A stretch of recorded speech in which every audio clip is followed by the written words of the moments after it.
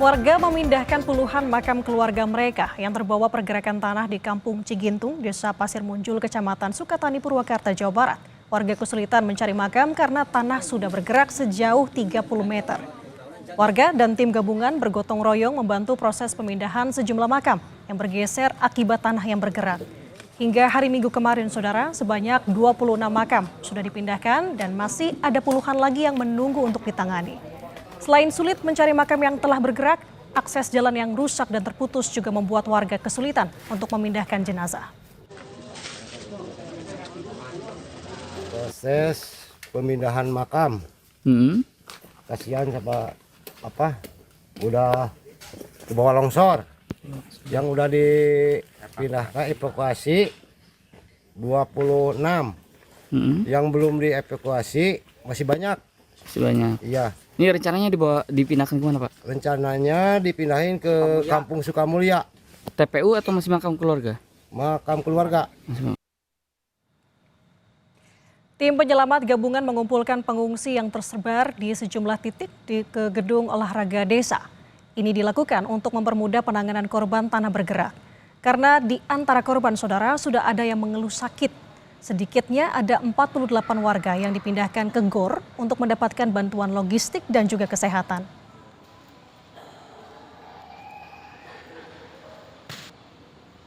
Bagaimana situasi terkini di Purwakarta, Jawa Barat yang dilanda tanah bergerak? Kita akan tanyakan ke jurnalis Kompas TV, Henry Irawan. Henry, selamat pagi. Sampai dengan hari Senin ini, bagaimana kondisi rumah warga yang terdampak dan berapa data yang sudah tercatat oleh pemerintah setempat? Ya, baik.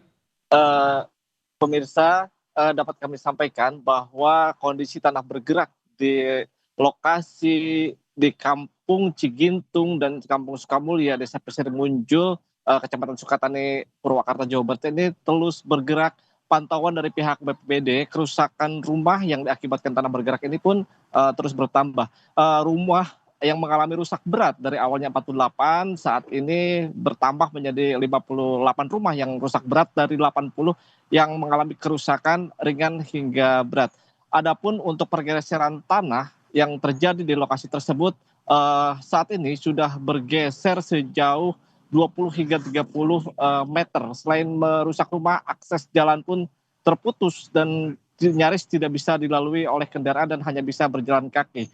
Selain merusak rumah, pergeseran atau pergerakan tanah ini pun mengakibatkan makam-makam yang berada di kampung tersebut pun turut tergeser sehingga harus dievakuasi oleh warga atau keluarganya masing-masing. Data yang kami terima hingga Senin pagi ini sudah sebanyak 31 makam yang berhasil dipindahkan oleh pihak keluarga untuk dimakamkan kembali di tempat lain dan puluhan lainnya masih menunggu untuk proses pemindahan. Adapun untuk warga yang terdampak dari pergerakan tanah ini bertambah menjadi 256 jiwa dari 83 kepala keluarga.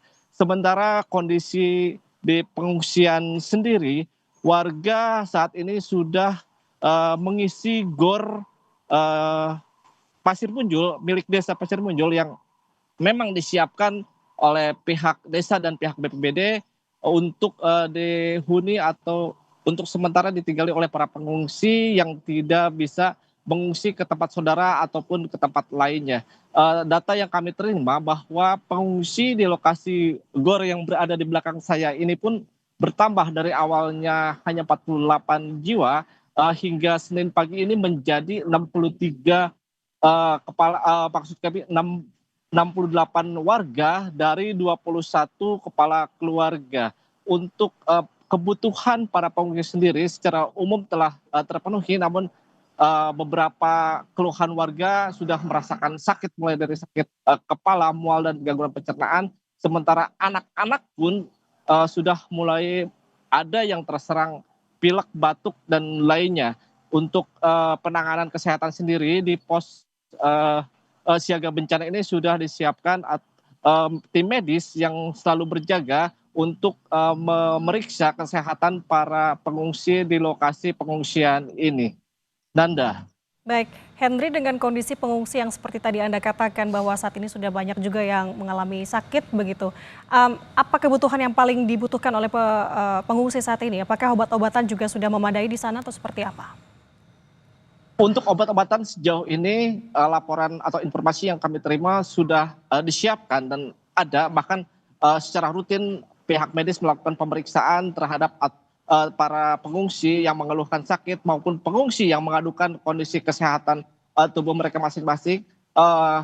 Kami sempat berbincang dengan beberapa pengungsi bahwa yang dibutuhkan saat ini tuh adalah pakaian untuk ganti mereka, karena memang beberapa pakaian mereka tidak sempat diselamatkan saat mereka dievakuasi beberapa hari yang lalu, pun dengan makanan bergizi bagi anak-anak mereka yang sangat dibutuhkan untuk mereka tinggal selama di pengungsian, sehingga mereka pun meminta kepada pihak pemerintah ataupun pihak lainnya untuk menyiapkan makanan bergizi, terutama bagi anak-anak mereka seperti susu, buah-buahan, dan makanan lainnya.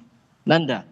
Kebutuhan sandang pangan tentu dibutuhkan oleh pengungsi di sana dan harapannya bahwa pemerintah setempat dapat memberikan solusi secepatnya karena tanah bergerak di sana masih masif. Dan tentu Henry, hati-hati dalam bertugas. Terima kasih atas laporan Anda. Jurnalis Kompas TV melaporkan dari Purwakarta, Jawa Barat.